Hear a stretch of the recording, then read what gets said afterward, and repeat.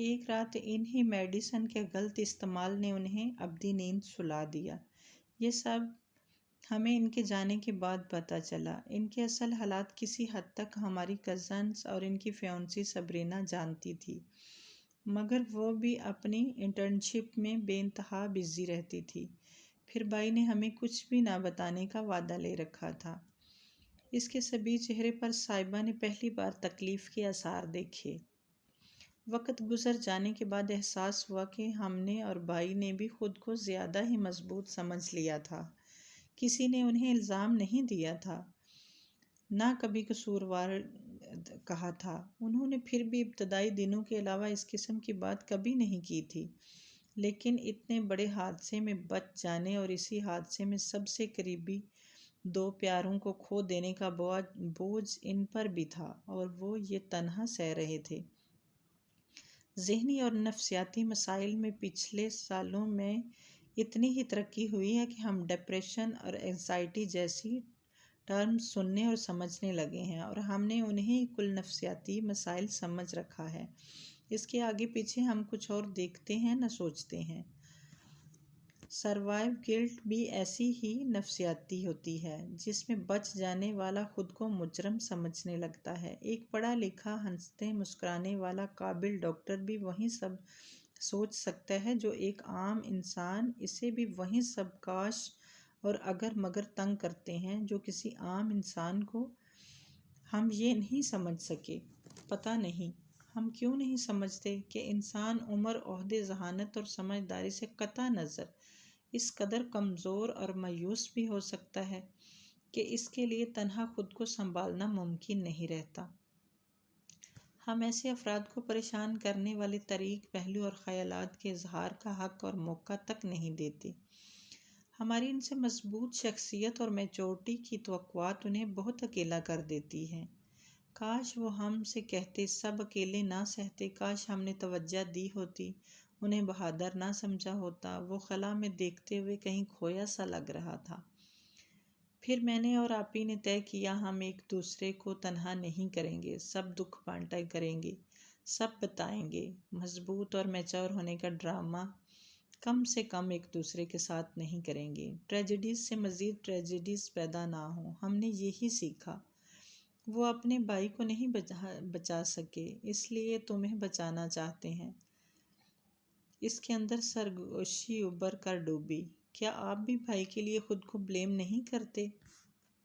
نہیں، کسی کو قتل کرنے یا خودکشی کے دہانے تک لے جانے والا ہی اس موت کا ذمہ دار ہوتا ہے۔ اگر انہوں نے یہ قصداً کیا ہوتا، یعنی سوسائڈ کی کوشش کی، تو پتہ نہیں تب میرے خیالات کیا ہوتے۔ انہوں نے آلودگی یا نیم بے ہوشی کی حالت میں اینٹاسڈ سمجھ کر ایک ایسی میڈیسن لے لی تھی جو دیگر پین کلرز اور ٹرنکولائزر کے ساتھ مل کر مہلک ثابت ہوتی ہے۔ انہیں ایسیڈیٹی کا پرانا مسئلہ تھا۔ یہ حادثہ تھا، ایک ایکسیڈنٹ۔ آپی نے اور میں نے اکیلے سہنے کے بجائے ایک دوسرے کا ہاتھ تھام کر اس فیز کو پار کیا۔ اچھا، برا، بہت برا، بدترین، شرمندہ کرنے والا، رلانے والا، دل دکھانے والا۔ ہر خیال ہم نے بلا جھجک ایک دوسرے کو سنایا، ہر احساس شیئر کیا۔ اگر ہم سارے داغ اور زخم دوسرے کے سامنے مکمل عیاں کرنے والا مشکل کام کر لیں تو خود کو بچا سکتے ہیں۔ وہ خاموش ہو گیا، مگر ایسے ہی دیکھ رہا تھا۔ صاحبہ نے نظر چرا لی۔ یہی تو اس کے گھر کے لوگ نہیں کر سکے تھے۔ ایک سا درد تھا، مگر بانٹنے اور سہارا دینے کی بجائے سب اکیلے اس سے لڑ رہے تھے۔ سر جھکا کر اس نے گود میں دھرا بایاں ہاتھ پلٹا۔ اس کی زندگی کا گرہن ہتھیلی کی پشت پر بیٹھا تھا۔ میں نے آپ کی خواہش پر سب سچ کہہ دیا۔ اس کی ہتھیلی پر ایک نظر ڈال کر وہ پھر اسے دیکھتے ہوئے گویا ہوا تھا۔ اب آپ بھی سچ کہہ دیں۔ کیوں یہ ظلم کرتی ہیں؟ پتہ نہیں۔ اس میں میرے چاہنے نہ چاہنے کا کوئی دخل نہیں ہوتا۔ میری انگلیاں میری نہیں مانتی۔ آپ کے یقین نے انہیں اتنا خود مختار کر دیا ہے۔ اس کے انوکھے سوال پر وہ اس سے الجھ کر دیکھنے لگی۔ آپ قصوروار اور گناہ گار نہیں، یہ یقین کر لیں تو انگلیاں پھر ایسا ظلم نہیں کریں گی۔ اس نے آسان لفظوں میں وہی بات دہرائی۔ وہ پھر سر جھکا کر ہاتھ کو تکنے لگی۔ 20 سال سے آپ اپنے ساتھ زیادتی کر رہی ہیں اور دنیا کی رنگینیاں بڑی حسرت سے آپ کو تک رہی ہیں۔ آگے ایک خوبصورت راہ گزر آپ کی منتظر ہے۔ صاحبہ نے یہ ہاتھ کسی کے ہاتھ میں دے کر ایک خوبصورت سفر طے کرنا ہے۔ لفظوں سے جھلکتی کسی تمنا کی آنچ تھی یا اس کی آنکھوں میں امڈا نیا احساس؟ صاحبہ کی دھڑکنوں کی لے بدل گئی۔ اندر کی ماتمی سی مجلس میں آگے اونگتے احساسات اسے نئی طرز کے ظہور پر ہڑبڑا گئے۔ کسی کی امانت جان کر اس کی حفاظت کریں۔ اسیر نے اس کے چہرے کے بدلے رنگ محسوس کیے۔ کچھ گلال سا اس کے اندر کب سے اڑ رہا تھا جو آج ادھر تک پھیل گیا تھا۔ کچھ جذبے دبے پاؤں دل میں داخل ہوتے ہیں اور آپ کو اس وقت خبر ہوتی ہے جب وہ مالک بن کر بیٹھ جاتے ہیں۔ آپ کافی پی لیں گے؟ وہ ایک دم کھڑی ہو گئی۔ میں بناتی ہوں۔ اسیر بھی مسکراتے ہوئے بیگ اٹھا کر کھڑا ہو گیا۔ وہ کافی بنا رہی تھی۔ اسی دوران عبدالخالق بھی آ گئے۔ اس نے شکر ادا کیا۔ فی الحال اسے تنہا اس کا سامنا نہیں کرنا تھا۔ موسم نے کروٹ بدل لی تھی۔ گرمی کہیں چھپ کر اونگنے لگی تھی اور سرد ہوائیں انگڑائی لے کر بیدار ہوئی تھی۔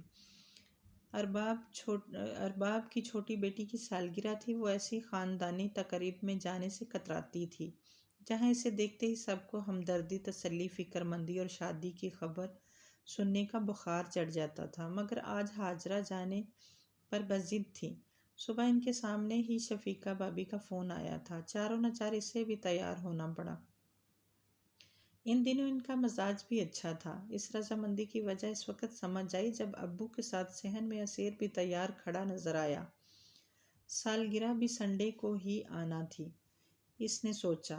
وہ اس کی کار سے ہی تایا کے گھر پہنچے تھے۔ وہ بچوں اور کزنز کے درمیان بیٹھنے کی بجائے شفیقہ کے ہاتھ بٹانے باورچی خانے میں آ گئی اور پھر ذرا دیر میں اسے بھی بیٹی کی سالگرہ انجوائے کرنے باہر بھیج دیا کہ ادھر فکر نہ کریں، میں ہوں یہاں۔ کیک کٹا، سب نے کھایا، پھر کھانا ہوا اور سب خوش گپیوں میں مصروف ہو گئے۔ آس پڑوس کے بچے بھی گھروں کو لوٹ گئے تھے۔ ہاجرہ کی دوائی کا وقت کب کا گزر چکا تھا۔ وہ دینے لگی تھی مگر عبدالخالق نے منع کر دیا۔ وہ بڑے دنوں بعد ہوش و حواس میں سب کے ساتھ شامل تھی۔ تایا، تائی، ارباب اور بچوں کے علاوہ باقی سب شفیقہ کے میکے والے تھے۔ سب کو چائے دینے کے بعد وہ اپنا کپ لے کر چھت پر آ گئی۔ اوپر آتے ہی اسے خنکی کا احساس ہوا۔ نکلے وقت اور ہاتھ میں لی شال گاڑی میں ہی بھول گئی تھی۔ اس نے ذرا سا سر اونچا کر کے سرمئی رنگ دھارے آسمان کو دیکھا۔ چاند روشن تھا۔ اس نے چائے کا گھونٹ لے کر کپ دیوار پر رکھا۔ اف! اس نے پھر دوپٹہ لپیٹا جو اس ٹھنڈ میں ناکافی تھا۔ اس کا دل نیچے جانے کو بھی تیار نہیں تھا۔ تب ہی عقب میں آہٹ ابھری۔ اس نے پلٹ کر دیکھا، اسیر آخری زینے پر تھا۔ قریب آ کر اس نے شال اس کی سمت بڑھائی۔ آپ یہ کار میں ہی بھول گئی تھی۔ تھینک یو، اس نے شال لیتے ہوئے کہا۔ اسے اس وقت اس کی اشد ضرورت تھی۔ سرد ہواؤں کے لمس نے اس کا چہرہ گلابی کر دیا تھا۔ کاجل سے سجی سیاہ آنکھوں میں قدرت کی سنگت سے پھوٹی نئی روشنی تھی، بے خوف اور سرکش خواہشوں کی طرح۔ اس کے چہرے اور گردن کو چھو کر دور ہوتی، پھر پاس آتی آوارہ لٹیں، اور وہ خود کو روک نہیں سکا۔ آپ واقعی اتنی خوبصورت ہیں یا مجھے لگنے لگی ہیں؟ اس وارفتگی بھری سرگوشی پر اندر ہلچل مچی کہ شال اس کے ہاتھ سے چھوٹ گئی۔ چاروں طرف یخ ہواؤں کے باوجود پہلوؤں میں بڑی خفیف اور لطیف سی تپش جاگی تھی۔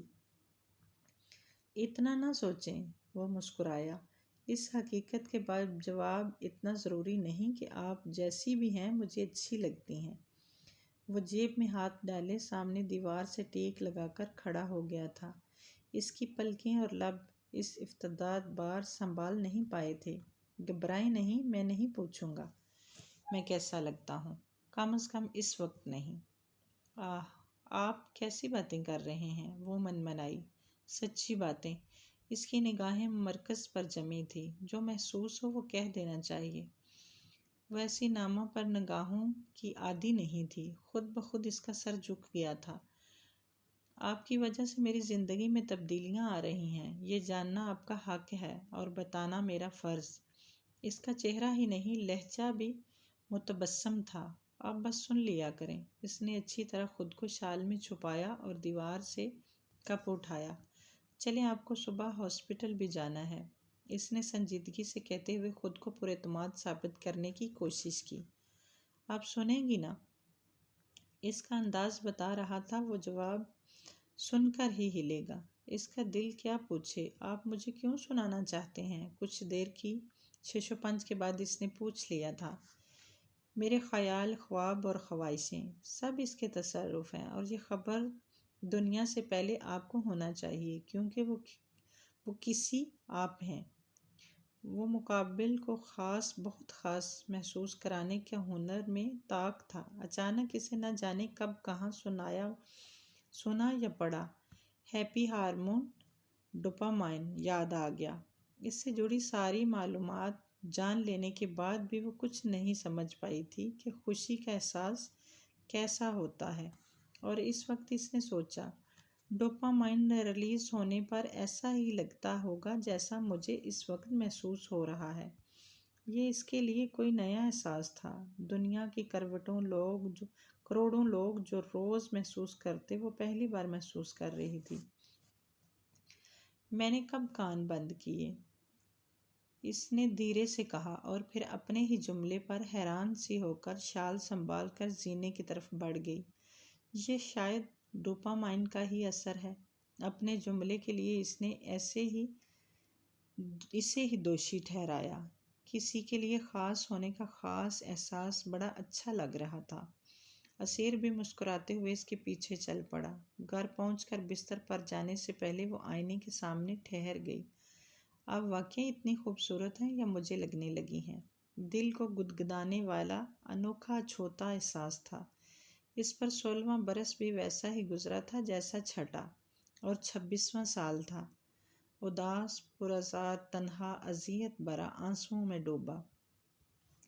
اسکول کالج بھی بوجھ کی طرح اس نے مکمل کیے تھے۔ اس کے لیے سب کچھ ہی بوجھ تھا، سانس لینا، زندہ رہنا، روز ہاتھ پیر ہلانا، اور وہ یہ بوجھ پوری دیانت داری اور ذمہ داری سے اٹھاتی تھی کہ اس قید بمشقت میں کوتاہی اور سستی اس لیے گناہ ہے۔ اس کے اندر اس قید سے آزاد ہونے کی خواہش کبھی نہیں جاگتی تھی، مگر اب کوئی اسے دوسری نہج پر لے جانے میں کامیاب ہوا تھا۔ اس کی محبوس دنیا کی دیوار میں کسی کی موجودگی اور اس کے الفاظ ایک دریچہ تراش گئے تھے۔ اس نے جانا تھا کہ اس کی زنداں کے باہر بھی ایک دنیا ہے، اور وہ دلکش ہے۔ اندر کی محفل میں وہ پہلی بار پچھلی قطار سے آشنا ہوئی تھی۔ وہاں ستائش کی خوشی سے لے کر چاہے جانے کی آرزو، اور ایک سامع اور ساتھی کی چاہت نے اپنی موجودگی کا احساس کرایا تھا۔ اب تک پہلی قطار میں نمایاں اداسی، اذیت، پچھتاوے، کاش اور قصور کے درمیان محبت، خواب اور خواہش نے خود کو اشکار کیا تھا۔ پہلی بار ملے التفات، کسی آنکھوں میں اپنا عکس، کسی کی سحر انگیز باتیں اور ایک مہرباں قربت، اس کی دنیا بدل رہی تھی۔ کچھ اچھا ہو رہا تھا، اور اس پر پہلی بار اسے ندامت نہیں تھی۔ میں یہ نہیں پوچھوں گا میں کیسا لگتا ہوں۔ اسے تصور کرانے کے لیے اس نے آنکھیں بند کی، اور پہلی تصویر وہی تھی جب اس نے پہلی بار اسے حاجرہ کے بازو میں بینچ پر دیکھا تھا۔ یادداشت میں رقم اس تصویر پر اسے حیرانی ہوئی، اور پھر کچھ دیر بند رہیں۔ آنکھوں نے واضح کیا کہ پہلا نقش ہی نہیں، اس کے اندر اس اجنبی مسیحا کے سارے نقوش پوری جزیات کے ساتھ محفوظ تھے۔ آج وہ بستر پر لیٹی کمرے کی دیواروں سے وحشت اور افسردگی کی بجائے کچھ نئے رنگ برنگے سانس لیتے خواب جھانک رہے تھے۔ ناقابل تسخیر لگنے والی فصیل عالم کسی نے محبت کی کمند ڈال دی تھی۔ اس کے چند جملوں کا اثر تھا کہ وہ اب اس کی سمت دیکھنے سے کترانے لگی تھی۔ پھر بھی طواف کرتی نظریں اور ان کی سرگوشیوں سے انجان نہیں تھی۔ جانے اس طرف یہ تغیر کب سے رونما ہوا تھا، مگر صاحبہ کو اس کی خبر اب ہوئی تھی۔ آپ ہی نے اس کی کھنکتی آواز سے جانا، یا شاید اس کے مزاج اور گفتگو میں شگفتگی اور ظرافت کی آمیزش انہیں باخبر کر گئی، اور انہوں نے اس کی وجہ دریافت کی۔ اسیر نے انہیں بتا دیا۔ اب انہیں اس لڑکی سے ملنے کی جلدی تھی جس نے اسیر کو اسیر کر لیا تھا۔ وہ وہاں آنا چاہ رہی تھی، مگر اس سے پہلے اسے عبدالخالق سے بات کرنا ضروری لگا۔ اس کا مدعا سن کر کتنی دیر انہوں نے کچھ نہیں کہا۔ اسیر کو بات کرنے سے پہلے یا بات کرتے وقت ڈر نہیں لگا، مگر اب ان کی چپ اسے ہلا رہی تھی۔ میری بچی عام لڑکیوں سی نہیں، میں نے اب تک بہت مشکل زندگی گزاری ہے۔ ہر باپ کی طرح میں بھی اسے خوش دیکھنا چاہتا ہوں۔ اس فرض سے سبکدوش ہونا چاہتا ہوں، اور یہ بھی جانتا ہوں کہ میری بیٹی مختلف ہے۔ آپ کے فیصلے کے پیچھے صرف پسند ہے، تو یہ اس کے حق میں شاید بہتر نہ ہو۔ ہاں، ہمارے حالات، گھر کا ماحول، اس کی ذہنی کیفیت، اس کی خاموشی اور درد کو سمجھنے کے بعد آپ نے یہ طے کیا ہے تو میں اس فیصلے سے خوش ہوں، لیکن آخری فیصلہ اب بھی صاحبہ کا ہوگا۔ خوشگوار اور مطمئن زندگی کے لیے صاحبہ کا دل سے راضی ہونا ضروری تھا۔ عبدالخالق کو یہ رشتہ بیٹی کے لیے کسی نعمت سے کم نہیں لگا تھا، اور صاحبہ سے بات کرتے ہوئے انہوں نے کہا، اسے سوچنے کا وقت دیا۔ اس کے چپ چاپ سن لینے اور فوراً انکار نہ کرنے پر انہیں اس کی طرف سے مثبت جواب کی امید بن گئی تھی۔ آج اتوار تھا، پھر بھی وہ صبح صبح اسپتال گیا تھا۔ پچھلے دن ہوئی کریٹیکل سرجری کے مریض کو دیکھنا ضروری تھا۔ کھانے کے بعد حاجرہ اور عبدالخالق کمرے میں چلے گئے تھے۔ وہ کھانے کی میز پر اخبار پھیلائے اپنے خیالوں میں اس قدر گم تھی کہ اسیر کی واپسی کا بھی پتہ نہیں چلا۔ اسیر اور عبدالخالق کی باتیں اور آگے کا منصوبہ پہلی بار دل نے سنتے ہی رد نہیں کیا تھا، بلکہ وہ حاجرہ اور عبدالخالق کہاں، کیسے، کس کے ساتھ رہیں گے، کیا وہ یہ شہر اور گھر چھوڑ کر اس کے ساتھ رہنے پر تیار ہوں گے، سوچ رہی تھی۔ اتنا تو اسے اندازہ تھا، اسیر یہاں کے اسپتال میں عارضی طور پر ہے، اور اس چھوٹے سے شہر کو وہ اپنا مستقل ٹھکانہ نہیں بنائے گا۔ کیا سوچ رہی ہیں؟ اسیر کی آواز پر وہ بری طرح چونکی۔ وہ جانے کب سے صوفے پر بیٹھا تھا۔ کچھ نہیں، اس نے پھر اخبار پر چہرہ جھکا لیا۔ میں نے آپ سے اجازت لیے بنا انکل سے بات کر لی۔ آپ نے مائنڈ تو نہیں کیا؟ وہ واقعی سنجیدہ سوال تھا، یا وہ دل لگی کے موڈ میں تھا؟ صاحبہ پرکھنے کے لیے اسے دیکھنے کی جسارت نہ کر سکی۔ اگر آپ اس کے متعلق سوچ رہی ہیں تو مجھ سے ڈسکس کر سکتی ہیں۔ اس کے ملائم لہجے پر اس نے گردن گھمائی۔ وہ بہت اچھا طبیب ہی نہیں، ایک ماہر نفسیات بھی تھا۔ اتنے دنوں بعد بھی اس کی بے تکلفی اور دوستی میں اس کی طرف سے تکریم اور صاحبہ کی طرف سے جھجک کا زرطاری پردہ حائل تھا۔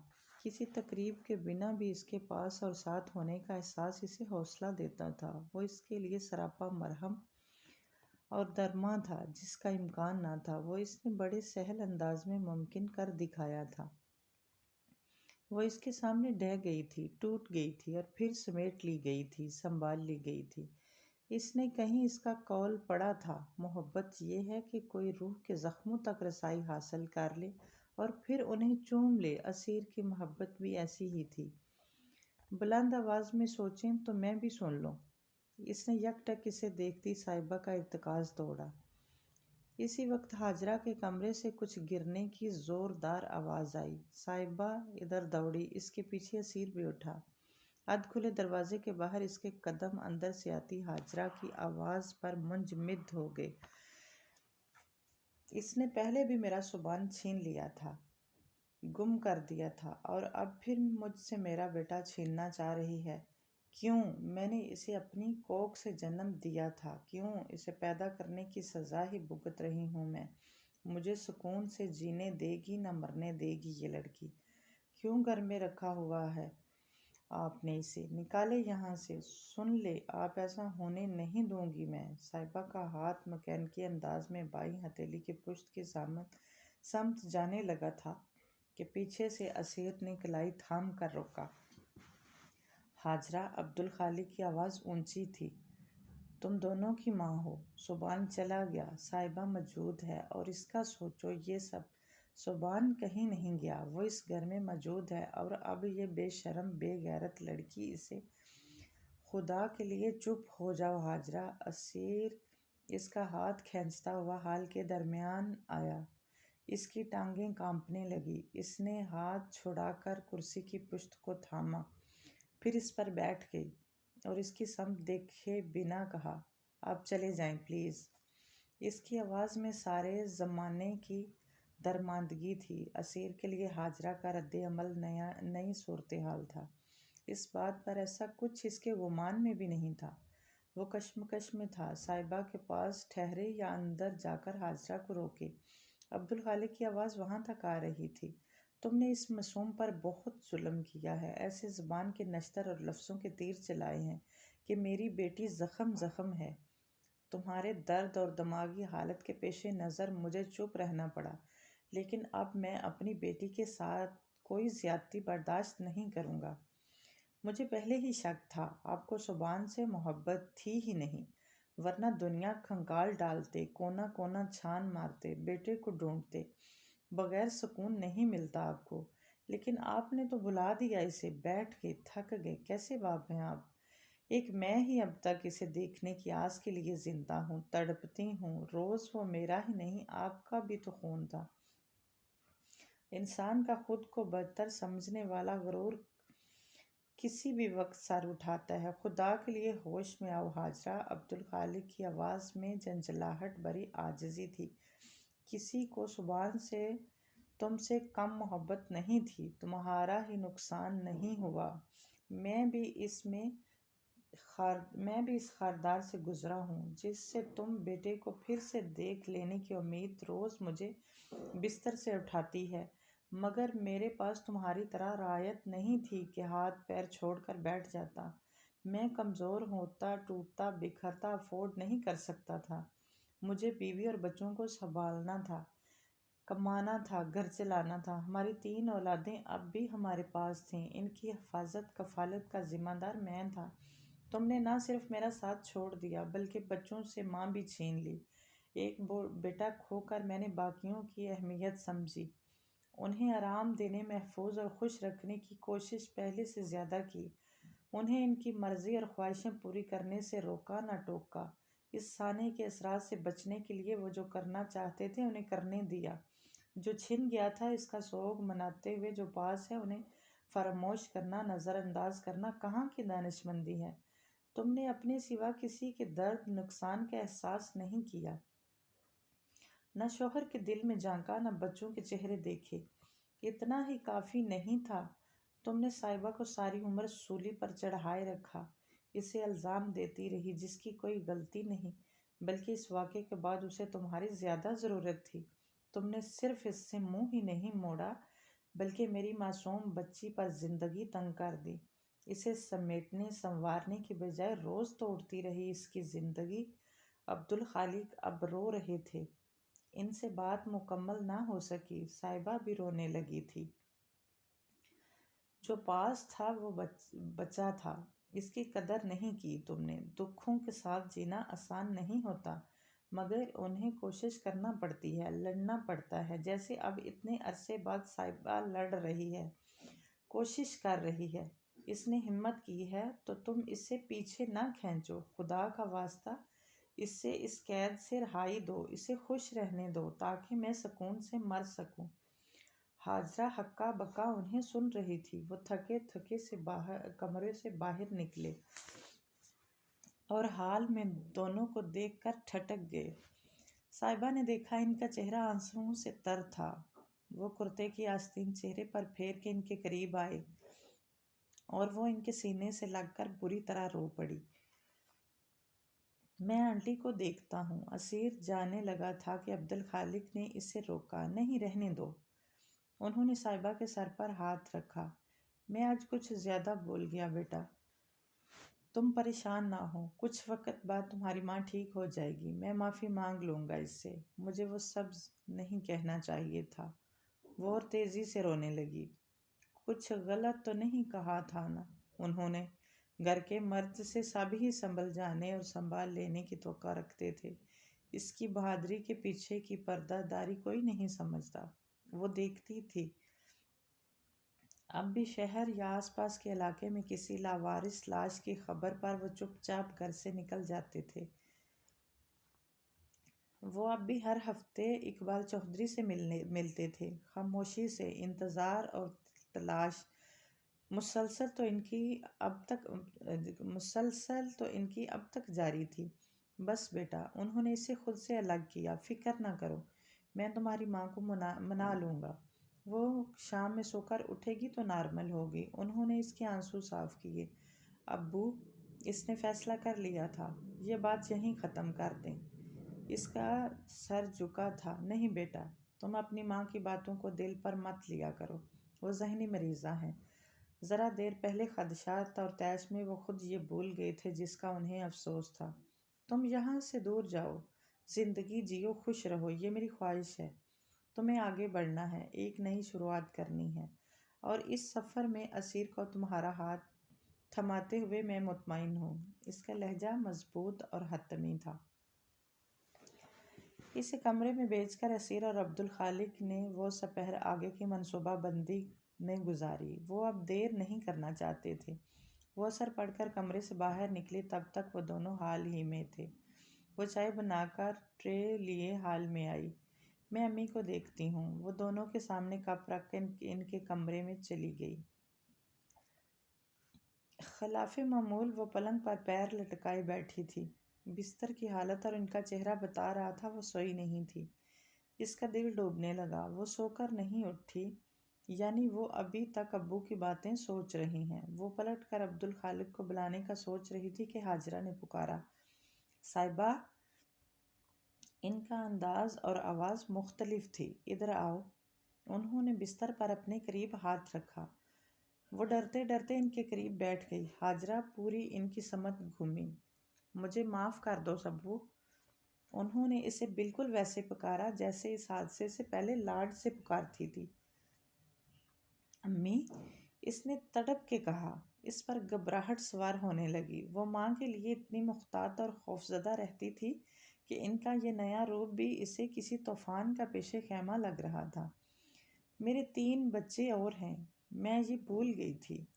تمہارے ابو نے ٹھیک کہا، مگر مجھے بہت دیر سے کہا۔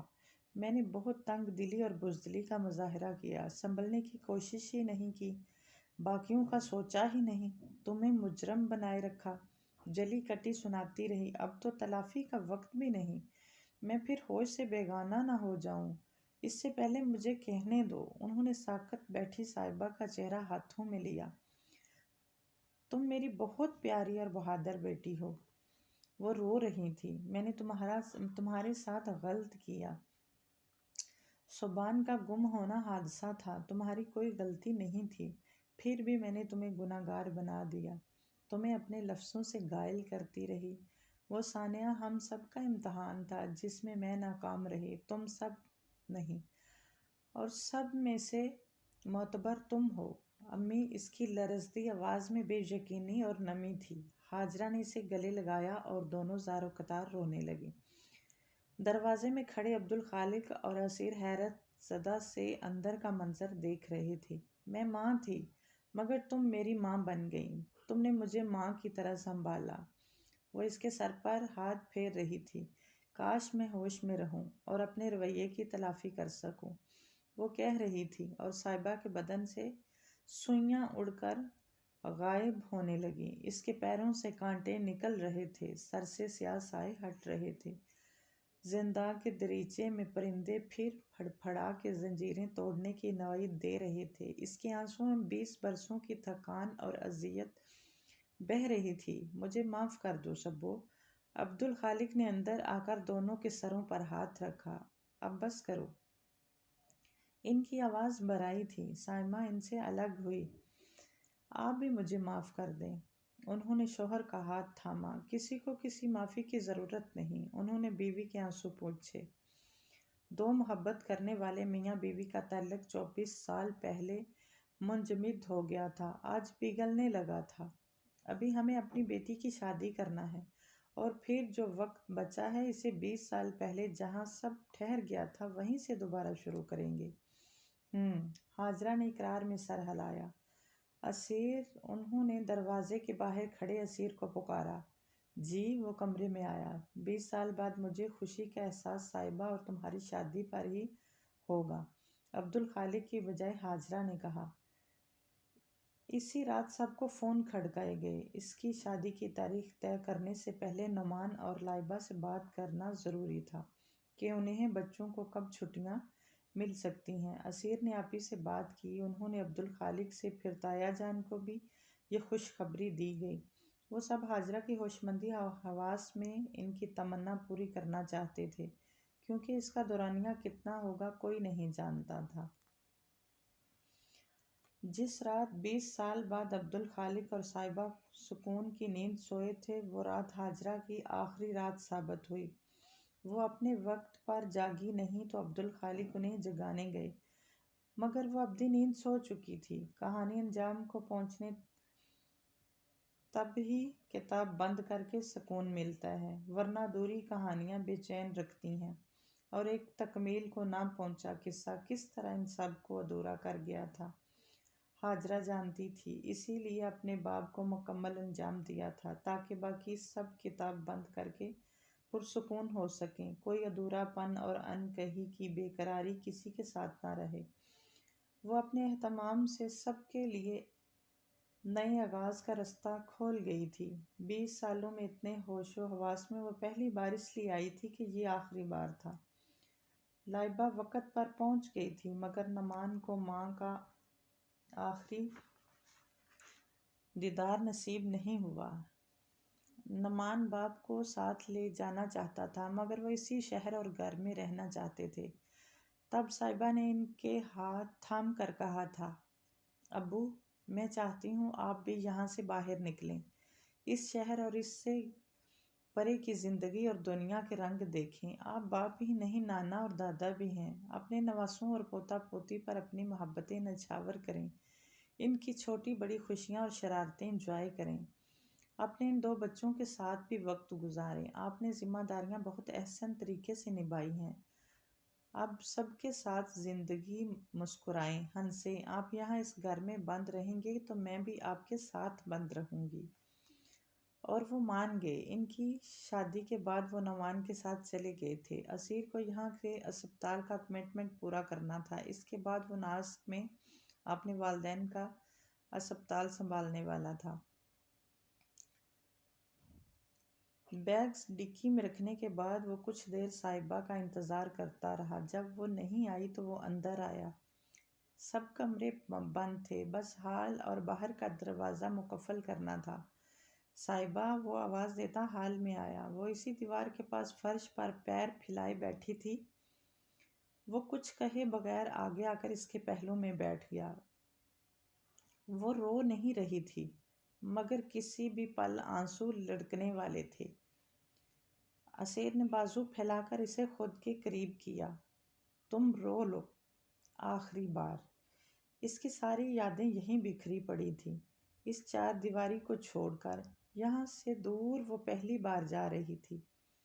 وہ رونے لگی۔ ہم آتے رہیں گے، ہمیشہ کے لیے چھوڑ کر تو نہیں جا رہے؟ کچھ دیر بعد اسیر نے کہا۔ اس نے آنسو صاف کرتے ہوئے سر ہلایا۔ میری زندگی کے بہت حسین پل اور خوبصورت یادیں اس شہر اور گھر سے جڑی ہیں۔ اسیر نے اس کی بائیں ہتھیلی ہاتھ میں لے کر پشت کے ہلکے ہو رہے نشان پر انگوٹھا پھیرا۔ یہ گھر اور شہر میرے لیے خاص ہیں کہ یہاں مجھے تم ملی ہو۔ وہ اس کی غمگین اور اداس یادوں کی گٹھری میں کچھ خشک جگنو ڈال رہا تھا۔ یہ ہمیشہ میری اچھی یادوں کا حصہ رہے گا، تم بھی اسے ایسے ہی یاد رکھو۔ صاحبہ نے اس کے ہاتھ میں اپنے ہاتھ کو دیکھا۔ بہت دن ہوئے اس کے احساسات کی محفل میں بڑی تبدیلیاں رونما ہوئی تھیں۔ کئی نئے چہرے پہلی دوسری قطار سنبھال چکے تھے۔ اداسی اور دکھ اب کہیں پیچھے دبکے رہتے تھے۔ وہ جانتی تھی یہ موقع دیکھ کر وقتاً فوقتاً آگے آتے رہیں گے، مگر اب وہ تنہا نہیں تھی۔ اس کے ساتھ اس کے پاس ایک ماہر طبیب، ایک مسیحا تھا، بلکہ نہیں، وہ تو ساحر تھا، جس کے چند الفاظ میں ہی وہ تاثیر تھی کہ زخم کی خوشبو بکھیرنے لگتے تھے۔ وہ تیرگی میں رنگے احساسات سترنگی ہو جاتے تھے۔ اتنے غور سے کیا دیکھ رہی ہو، بلکہ کیا سوچ رہی ہو؟ اسے یک ٹک ہاتھوں پر نگاہ ٹکائے اسے دیکھ کر اسیر نے سوال کیا۔ اسی وجہ سے یہ میرے لیے بھی خاص ہے۔ اس نے اسیر کی سمت دیکھا۔ مگر یہ میرا میکہ بھی ہے، اس لیے ہر بار یہاں سے جاتے ہوئے میری آنکھیں نم تو رہیں گی۔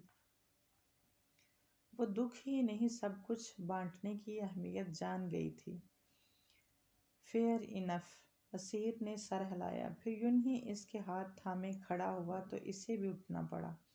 اب چلیں ورنہ آپی خود آ جائیں گی۔ اس نے چاروں طرف الوداعی نظر ڈالی۔ سارے منفی اور مایوس خیالات وہ یہیں چھوڑ کر جا رہی تھی، اس امید کے ساتھ کہ اگلی دفعہ آئے گی تو ایک نئی صاحبہ سے مل کر وہ یہ گھر بھی چھوڑ جائیں گے۔ چلیں۔ اسیر کا ہاتھ کھینچتے ہوئے وہ اس سے پہلے دروازے کی سمت بڑھی تھی۔ صاحبہ اپنی تکلیف اور تجربہ یوں ضائع نہیں جانے دینا چاہتی تھی۔ ناسک منتقل ہو جانے کے بعد اس نے اسیر سے کہا تھا، ہمارے یہاں گمشدہ افراد کے خاندان یا کسی بھی حادثے میں بچ جانے والوں کے لیے کوئی مستحکم ادارہ ہے، نہ کوئی سپورٹ سسٹم اور نہ کسی کی گائیڈ لائنز ہے۔ جو محدود ہیلپ موجود ہے اس کا علم اور فائدہ اٹھانے کی سکت صرف متمول طبقے میں ہے، متوسط اور غریب طبقے کا کوئی پرسان حال نہیں۔ اگر کہیں کچھ ہے بھی تو ضرورت مند کو اس کی خبر ہی نہیں، جبکہ غریب بستیوں میں گمشدگی کے معاملات زیادہ ہوتے ہیں۔ میں ایسے خاندانوں کے لیے کچھ کرنا چاہتی ہوں۔ کسی نے ہمیں درد مل کر سہنے کا مشورہ ہی دیا ہوتا تو بھی ہمارے حالات بہت مختلف ہوتے۔ اس لیے میں کوئی چھوٹی سی شروعات، معمولی سی مدد ہی صحیح، لیکن مجھے اپنے جیسے پیچھے رہ جانے والوں کے لیے کچھ کرنا ہے۔ اور اسیر نے وعدہ کیا تھا کہ وہ اس میں اس کی پوری مدد کرے گا۔ اس معاملے میں آپی بھی اس کے ساتھ تھی۔ کئی مہینوں کی ریسرچ اور محنت کے بعد اس کی ایک NGO تھی جو پیچھے رہ جانے والوں کے لیے کام کرتا تھا۔ اس خاندانوں کے ساتھ کام کرتے ہوئے وہ آہستہ آہستہ ایسے بچوں کی تلاش میں بھی انوالو ہو گئی تھی۔ 20-21 سال میں حالات بہت بدل گئے تھے۔ گمشدہ افراد کی تلاش کے لیے ایک الگ محکمہ تھا جن کا طریقہ کار اور نیٹ ورک بھی پہلے سے بہتر تھا۔ اقبال چودھری بھی ان کی NGO کے ساتھ رضاکارانہ طور پر کام کرتے تھے۔ عبدالخالق چند ماہ بعد کی کچھ وقت کے لیے واپس آئے تو وہ بھی کچھ دن کے لیے ان کے پاس آئی تھی۔ جب ایک دن اقبال چودھری کے فون نے ان کی دنیا بدل دی۔ صوبان مل گیا ہے عبدالخالق۔ ان کی آواز کا جوش اور خوشی اپنی اولاد مل جانے جیسی تھی۔ کیا؟ انہیں اپنے کانوں پر یقین نہیں آ رہا۔ مگر یہ معجزہ رونما ہو چکا تھا۔ اقبال چودھری کی ہمیشہ اور ہر جگہ صوبان کی تصویریں دینے اور چھوڑنے کی عادت رنگ لائی تھی۔ کسی خاتون نے صوبان کی تصویر پہچان لی تھی جو جوانی میں لوگوں کے گھروں میں کام کیا کرتی تھی۔ وہ بچہ 20-21 سال قبل اس کے گمشدہ ہونے والے سال ہی ایک کرسچن جوڑے کے گھر آیا تھا۔ انہوں نے اس بچے کے متعلق کہا تھا کہ اپنے کسی غریب رشتہ دار کا بچہ گود لیا ہے۔ بہت ساری ضابطے کی کارروائیوں کے بعد وہ ان کے سامنے تھا۔ انہوں نے سب سے پہلے اس کی کہنی پر وہ زخم کا نشان دیکھا تھا جو بچپن میں جلنے سے بچ گیا۔ تقریباً 27 سال کا وہ دبلا پتلا نوجوان عبدالخالق کی جوانی کا عکس تھا۔ اگر وہ کنفیوز اور ڈرا ڈرا سا جیسے وہ ساری دنیا میں تلاش کر رہے تھے، وہ ان کے بہت قریب تھا۔ مزید تحقیق اور مجرم جوڑے کے اقبال جرم سے صاف ہوا تھا کہ اسے پاس کے شہر کے ایک عیسائی میاں بیوی نے اغوا کیا تھا۔ پہلے 1.5 سال تک اسے بڑے پیار سے گھر تک ہی محدود رکھا کہ کہیں وہ بھاگ نہ جائے یا کسی کو اصلیت نہ بتا دے۔ وہ مالی طور پر بہت خوشحال مگر بے اولاد تھے۔ صوبان کو گھر لانے کے بعد قسمت نے انہیں جلد ہی اولاد کی نعمت سے نواز دیا اور اس کے بعد انہیں کسی غیر کو بیٹا ماننے اور سمجھنے کی ضرورت نہیں رہی۔ اپنی اولاد کے ملتے ہی ان کا دل اور نیت بدل گئے۔ صبحان کی صورت میں انہیں بنا تنخواہ والا نوکر مل گیا اور گھر کے کاموں کے لیے وہ چار دیواری کا قیدی بنا دیا گیا تھا۔ اولاد کی خواہش میں کیا گیا جرم اب اکلوتی اولاد کی خاطر ہی زندگی بھر چھپائے رکھنا لازمی تھا۔ انہوں نے اس کوشش میں صبحان کی شخصیت مسخ کر دی۔ وہ ہمیشہ گھر میں بند رہنے والا، ان پڑھ اور اعتماد سے محروم کمزور سا نوجوان تھا۔ ایک بوڑھے اور ایک لڑکی کو یوں خود سے لپٹ کر روتے دیکھ کر اس کا دل عجیب ہو رہا تھا۔ اسے اپنی زندگی کے غیر معمولی پن کا احساس ہمیشہ رہتا تھا، مگر حقیقت اتنی ڈرامائی اور دکھی ہوگی یہ اس نے کبھی نہیں سوچا تھا۔ ہاجرہ کی دیوانگی یوں ہی نہیں تھی۔ صبحان کے ذہن میں صرف ماں اور مکان کی دھندلی یادیں تھیں۔ ان کے علاوہ اسے کوئی اور یاد نہ تھا۔ اسے یاد کے سہارے اس نے مان لیا تھا کہ ان کی صرف ماں تھی، اور وہ کسی وجہ سے دور ہو کر خود ہی بھٹک گیا تھا۔ اس کی ایک ہی خواہش تھی کہ وہ کبھی تو اپنی ماں سے مل سکے۔ جب وہ ہاجرہ کی تصویر دیکھ کر پھوٹ پھوٹ کر رویا تو سب کے دل میں ایک ہی کاش تھا کہ ہاجرہ یہ دیکھ پاتی۔ نعمان اور لائبہ بھی آئے تھے اور ان کے لیے بھائی اور بیٹا تھا، لیکن اس کے لیے وہ سب اجنبی تھے۔ اجنبیت اور دوری کے باوجود خون اور دل کے رشتوں نے بہت کچھ آسان کر دیا تھا۔ کار سے ٹیک لگائے وہ بھیگی آنکھوں سے قبرستان کے احاطے کی سلاخوں کے پار کا منظر دیکھ رہی تھی، جہاں ہاجرہ کی قبر پر صبحان زاروں قطار رو رہا تھا اور عبدالخالق اسے شانوں سے تھام کے کھڑے تھے۔ وہ سب آج یہ شہر اور گھر چھوڑ کر جا رہے تھے۔ صبحان کو طبی اور نفسیاتی مدد کے ساتھ ساتھ محبت اور اپنائیت کی ضرورت تھی، اور یہ سب ایک ساتھ رہنے پر ہی ممکن تھا۔ کاش امی تھوڑا اور انتظار کر لیتی، اس نے آنسو صاف کرتے ہوئے کہا۔ اصل زندگی میں ایسی پرفیکٹ اینڈنگ نہیں ہوتی، اسیر نے صبحان اور عبدالخالق کو دیکھتے ہوئے کہا۔ مگر صبحان کے لیے مجھے پرفیکٹ اینڈنگ لکھنا ہے صاحبہ۔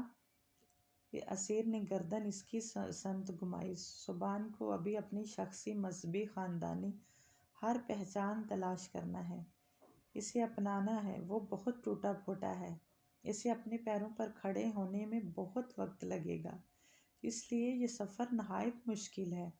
اور پھر اب تک جس کی زندگی امپرفیکشن کی مثال رہی ہو، اسے کبھی بھی معاملے پر پرفیکشن کی امید لگانا زیادتی ہوگی۔ لیکن میں اسے امید نہیں رکھ رہی، خود سے کہہ رہی ہوں۔ آپ یہ سمجھیں اسے صرف آنٹی یاد تھی اور کوئی نہیں، اور اب وہ ہی نہیں ہے۔ صبحان بھی پیچھے رہ گیا ہے، اس لیے اسے بہت توقعات رکھیں نہ، خود کو اس پریشر میں ڈالیں کہ سب صحیح کرنا ہے۔ اس کے ذہن میں صبحان بھی پیچھے رہ گیا ہے، اٹک گیا ہے۔ اسے نظر پھر ادھر کی جہاں عبدالخالق نے اسے گلے لگایا ہوا تھا۔ اسے پیچھے رہ جانے والوں کو سنبھالنے اور سنوارنے کا سلیقہ آ گیا تھا، اور اس بار تنہا بھی نہیں تھی۔ تو مجھے امپرفیکشن کو ہی تکمیل سے زیادہ خوبصورت بنانا ہے، اس نے مسکراتے ہوئے پورے یقین سے کہا تھا۔